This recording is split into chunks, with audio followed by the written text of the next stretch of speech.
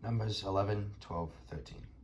And the people complained in the hearing of the Lord about their misfortunes.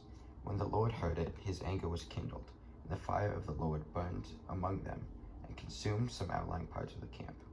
Then the people cried out to Moses, and Moses prayed to the Lord, and the fire died down. So the name of the place was called Taberah, because the fire of the Lord burned among them.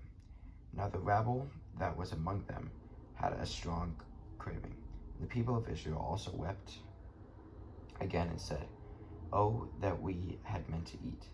We remember the fish we ate in Egypt, that cost nothing, the cucumbers, the melons, the leeks, the onions, and the garlic. But now our strength is dried up, and there's nothing at all but this manna to look at."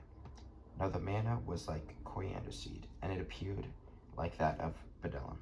And people went among and gathered it, and ground it in handmills, or beat it in mortars, and boiled it in pots, and made cakes of it. The taste of it was like the taste of cakes baked with oil. When the dew fell upon the camp at the night, the manna fell with it. Moses heard the people weeping throughout the clans, everyone at the door of his tent. And the anger of the Lord blazed hotly, and Moses was displeased. And Moses said to the people, "Why have you dealt ill with your servant? And why have I not found favor in your sight, that you lay the burden of this people on me? Did I conceive all this people? Did I give them birth? And you should say to me, carry them on your bosom as a nurse carrying a nursing child, to the land that you swore to give their fathers? Where am I to get meat to give to all these people? For they weep before me and say, give us meat, for that we may eat. I am not able to carry all this people alone. The burden is too heavy for me. If you will treat me like this, kill me at once, if I find favor in your sight, that I may not see my wretchedness." The Lord said to Moses, "Gather for me 70 men of the elders of Israel, whom you know to be elders of the people, and officers among them, and bring them to the tent of meeting, and let them take their stand there with you. And I will take some of the Spirit that is on you and put it on them, and they shall bear the burden of the people with you,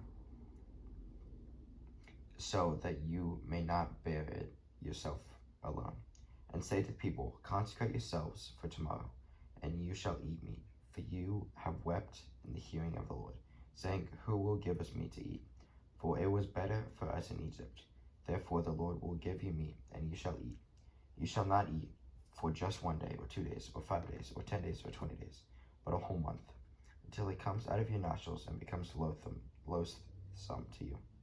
Because you have rejected the Lord, who is among you, and have wept before him, saying, why did we come out of Egypt? But Moses said, the people among whom I number 600,000 on foot, and you have said, I will give them meat, and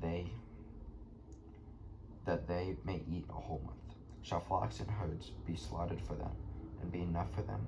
Or shall the fish of the sea be gathered together for them, and is that enough for them? And the Lord said to Moses, is the Lord's hand shortened? Now you shall see whether my word will come true or not. So Moses went out and told the people the words of the Lord. And he gathered 70 men of the elders of the people, and placed them around the tent. Then the Lord came down in the cloud and spoke to him, and took some of the Spirit that was on him, and took it on him on the 70 elders.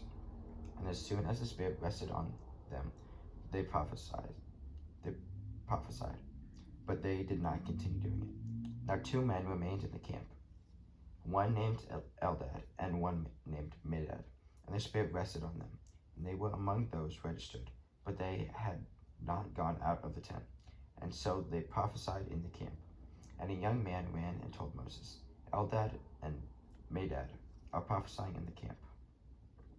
And Joshua the son of Nun, the assistant of Moses, from his youth said, my lord Moses, stop them. But Moses said to him, are you jealous for my sake? Would that all the Lord's people were prophets, that the Lord would put in spirit on them? And Moses and the elders of Israel returned to the camp. Then a wind from the Lord sprang up, and it brought quail from the sea, and let them fall beside the camp, about a day's journey on this side, and a day's journey on the other side, around the camp, and about 2 cubits above the ground. The people rose all day and all night, and the next day all gathered the quail, and those who gathered at least 10 homers, and they spread them out from themselves all around the camp, while the meat was yet between their teeth. Before it was consumed, the anger of the Lord was kindled against the people. The Lord struck down the people with a very great plague. Therefore, the name of that place was called Kibroth Hittav, because they buried the people who had the craven. From Kibroth Hittav, who had journeyed to Hezron, and they remained at Hezron. 12.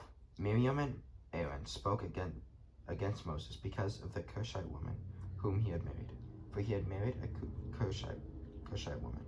And they said, "Has the Lord indeed spoken only through Moses? Has he not spoken through us also?" And the Lord heard it, and the man Moses was very meek, more than all the people who were in the face of the earth. And suddenly the Lord said to Moses and to Aaron and to Miriam, "Come out, you three, the tent of meeting." And the three of them came out, and the Lord came down on the pillar of cloud and stood at the entrance of the camp and called Aaron and Miriam. And they both came forward, and he said, "Hear my words. If there is a prophet among you, I, the Lord, make myself known to him in a vision. I speak with him in a dream, not so that with my servant Moses. He is faithful in all my house. With him I speak mouth to mouth, clearly and not with riddles, and he beholds the form of the Lord. Why, then, were you not afraid to speak against my servant Moses?" The anger of the Lord was kindled against them, and he departed. When the clouds removed from over the tent, behold, Miriam was leprous, like snow. And Aaron turned towards Miriam, and behold, she was leprous. And Aaron said to Moses, "O my Lord, do not punish us, because we have done foolishly and have sinned. Let her not be the one dead, whose flesh is half eaten away, when he comes out from his mother's womb." Moses cried to the Lord, "O God, please heal her, please." But the Lord said to Moses, "If her father had but spit in her face, should she not be shamed 7 days? Let her be shut outside the camp 7 days, and after that she may be brought in again." So Miriam was shut out against the camp 7 days, and people did not set out to march till Miriam was brought in again. After that, the people set out to Hezron and camped in the wilderness of Paran. 13.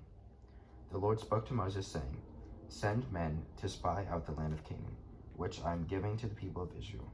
From each tribe of their fathers you shall send a man, every one a chief among them."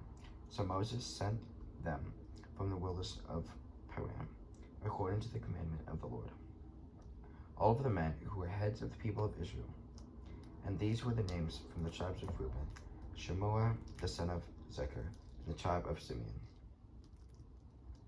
Shaphat the son of Hori, in the tribe of Judah; Caleb the son of Jephunneh, in the tribe of Issachar; Igal the son of Joseph, from the tribe of Ephraim; Hoshea the son of Nun, from the tribe of Benjamin; Palti the son of Buthi, the son of Zebulun; Galdi the son of Sodi, from the tribe of Joseph, that is the tribe of Manasseh; Gadi the son of Susi, the tribe of Dan; Amari the son of Gemali, from the tribe of Asher; Setur the son of Michael, from the tribe of Naphtali; Nadhi the son of Vaphbi, the tribe of Gad; Gul the son of Maki.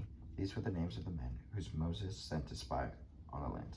And Moses called Hosea the son of Nun Joshua. Moses sent them to spy on the land of Canaan, and said to them, "Go into the Negeb, and go up into hill country, and see what the land is, and whether the people who dwell in it are strong or weak, whether they are few or many, and whether the land that they dwell in is good or bad, whether the cities that they dwell in are camps or strongholds, whether the land is rich or poor, whether there are trees in it or not. Be of good courage, and bring some of the fruit of the land." Now the time of the season was the first ripe grapes. So they went up and spied on the land from the wilderness of Zin to Rehob, near Lebahath. They went up the Negeb, came to Hebron, Hammashaphi, and Talmi, and the descendants of Anak were there. Hebron was built 7 years before Zoan in Egypt. And they came to the valley of Eshcol and cut down from there a branch from a single cluster of grapes. And they carried out a pole between 2 of them. They also brought some pomegranates and figs, the place of the valley of Eshcol, because of the cluster that the people of Israel cut down from there. At the end of 40 days they returned from spying out the land, and they came to Moses and Aaron, and to all the congregations of the people of Israel in the woodlands of Paran. At Kadesh they brought back word to them and to all the congregation, and showed them the fruit of the land. And they told them, "We came to the land to which you sent us. It flows with milk and honey, and this is all fruit. However, the people who dwell in the land are strong. The cities are fortified and very large. And besides, we saw the descendants of Anak there. The Amalekites dwell in the land of the Negeb. The Hittites, the Jebusites, the Amorites dwell in the hill country, and the Canaanites dwell by the sea, along the Jordan." But Caleb quieted the people before Moses and said, "Let us go up at once and occupy it, for we are able to overcome it." Then the men who had gone up with him said, "We are not able to go up against the people, for they are stronger than we are." So they brought to the people of Israel a bad report of the land that they had spied out, saying, "The land through which we have gone to spy out, it is land that devours its inhabitants, and all the people we saw in it are of great height. We saw a Nephilim, the son of Anak, who comes from the Nephilim. And we seemed to ourselves like grasshoppers, and so we seemed to them."